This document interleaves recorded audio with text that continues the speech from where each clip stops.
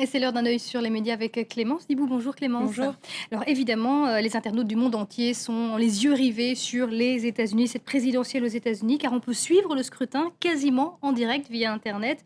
Que disent les réseaux sociaux? Où en est-on dans ce scrutin? Bah oui, parce que pour l'instant, les vieux réflexes nous font nous demander, pour les estimations de la participation à la mi-journée, on va plus vers les médias traditionnels ou vers les dépêches d'agence. Eh bien, est-ce que vous auriez pensé à aller sur Facebook? Non, Parce que pas voilà, vraiment. c'est une page assez incroyable qu'on peut trouver sur Facebook. Je vous la montre ici. America Vote en 2012. Donc, on a le nombre de votants en direct. Voilà, alors ce matin, ça a commencé à 500 000. Là, à la mi-journée pour les États-Unis, on est déjà à plus de 3 millions de personnes qui ont d'ores et déjà voté. Ça grimpe en direct et sous nos yeux, c'est assez impressionnant. On peut même le faire État par État. Par exemple, on peut prendre l'État du Montana. Et vous voyez, chaque point bleu, en fait, c'est une personne qui est en train de voter en direct. Alors, c'est magnifique, mais un point bleu, c'est pas vraiment un bulletin glissé dans l'urne, il faut bien nuancer. C'est un Américain qui déclare sur sa page Facebook avoir glissé un bulletin dans l'urne. Alors, effectivement, toutes ces milliers de données comptabilisées, le Facebook se permet de faire des statistiques. Si on revient en arrière, on va voir. Ah bah voilà, on peut pas revenir en arrière. En fait, on peut voir sur cette page Facebook que il y a à peu près 1 million d'hommes qui a voté et 2 millions de femmes qui ont voté. Alors, est-ce que ça veut dire que les femmes sont plus allées voter ou est-ce qu'elles l'ont plus dit sur Facebook? On va rester un peu flou. Alors, le site californien a promis que ces données resteraient anonymes. À voir quand même ce que ça pourra donner par la suite. En tout cas, on a vraiment l'impression d'être dans une grande communauté et de vivre les élections en direct, hein. Et puis, on l'a vu sur de nombreuses images, les files de votants qui s'étirent de plus en plus, les électeurs perdent patience, une colère qui est relayée, elle aussi, sur les réseaux sociaux. Bah oui, des photos et des vidéos à l'appel postées par des Américains pour exprimer leur mécontentement. Alors comme cette vidéo amateur par exemple tournée à Miami, alors ça c'est les images d'agence qu'on a reçues. Et puis il y a aussi des images amateurs qu'on peut trouver notamment en Floride. Voilà, comme cet homme ici à Miami.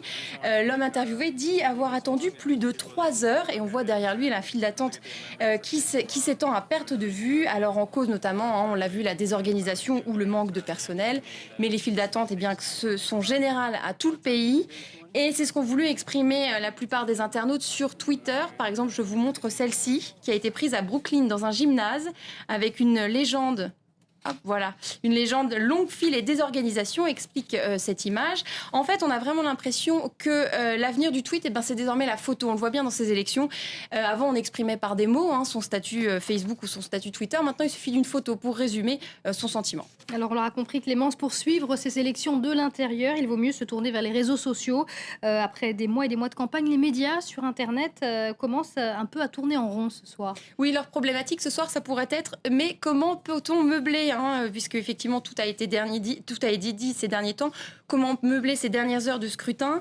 Alors au cas où vous vous posiez la question cruciale, eh bien, je vous montre cet article qui a été repris du Huffington Post et qui est publié sur le 20 minutes.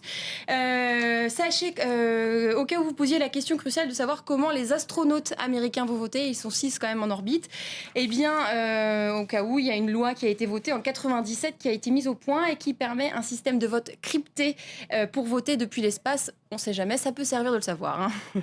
Et puis, vous vouliez parler de cette initiative originale sur Twitter pour encourager les citoyens à aller voter, proposer aux internautes de prendre en photo leur tenue d'Election Day, leurs vêtements pour aller voter. Oui, alors c'est une initiative assez rigolote qu'on trouve sur Twitter. Ça a plutôt marché là aussi encore au niveau des jeunes femmes. Alors comment mixer politique et tenue vestimentaire en somme? Alors là on voit par exemple cette tenue vestimentaire aux couleurs patriotiques, un gilet bleu et bien sûr je vais vous montrer, elle a un pantalon rouge, ce qui fait donc les couleurs du drapeau américain. Ou alors on a encore le total look Obama sur une autre page. Par exemple, ici, encore du bleu et rouge. On a aussi du total look Obama. Et puis, effectivement, la citoyenneté n'empêche pas l'humour, hein. Je vous ai trouvé cette image de cette jeune fille qui est allée voter a priori 2 fois en Géorgie, si on en croit ses macarons. Alors, l'initiative, eh bien, elle vient d'une actrice américaine, l'actrice qui a créé la série Girls. Donc, elle aime beaucoup mettre en scène les vêtements. Et là, c'était une façon humoristique de le faire. En fait, tout ce qui était fait ce soir et qui était plus vivant, c'était beaucoup plus sur les réseaux sociaux que sur les médias traditionnels qui ont essayé, à force d'infographie, de nous montrer un peu ce qui allait se passer au niveau des élections. Je vous montre un peu, c'est un peu rébarbatif. Par exemple, On peut aller sur le Guardian. Vous voyez, donc là, il y a des ballons. Donc, chaque candidat a dans sa main un ballon qui symbolise un État qui, a priori, est acquis au candidat. Et alors, on peut suivre en direct. Par exemple, si je prends donc la Californie, hop, et que je mets en plus la Pennsylvanie, eh bien, je vois que Obama pourrait atteindre 75 candidats, 75 grands électeurs. Alors, le chiffre clé, c'est 270, ce qui permet de suivre en direct ce soir ce qui va se passer. Autre exemple. Attention au mal de crâne quand même. Hein. C'est le New York Times qui a effectivement essayé de tracer les chemins.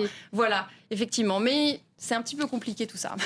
Merci beaucoup Clémence. Donc sur les réseaux sociaux pour suivre les élections de l'intérieur, restez avec nous sur France 24. Vous fait vivre ce scrutin présidentiel américain également sur notre antenne. Dans un instant, on continue Paris Direct très largement consacré à l'élection américaine.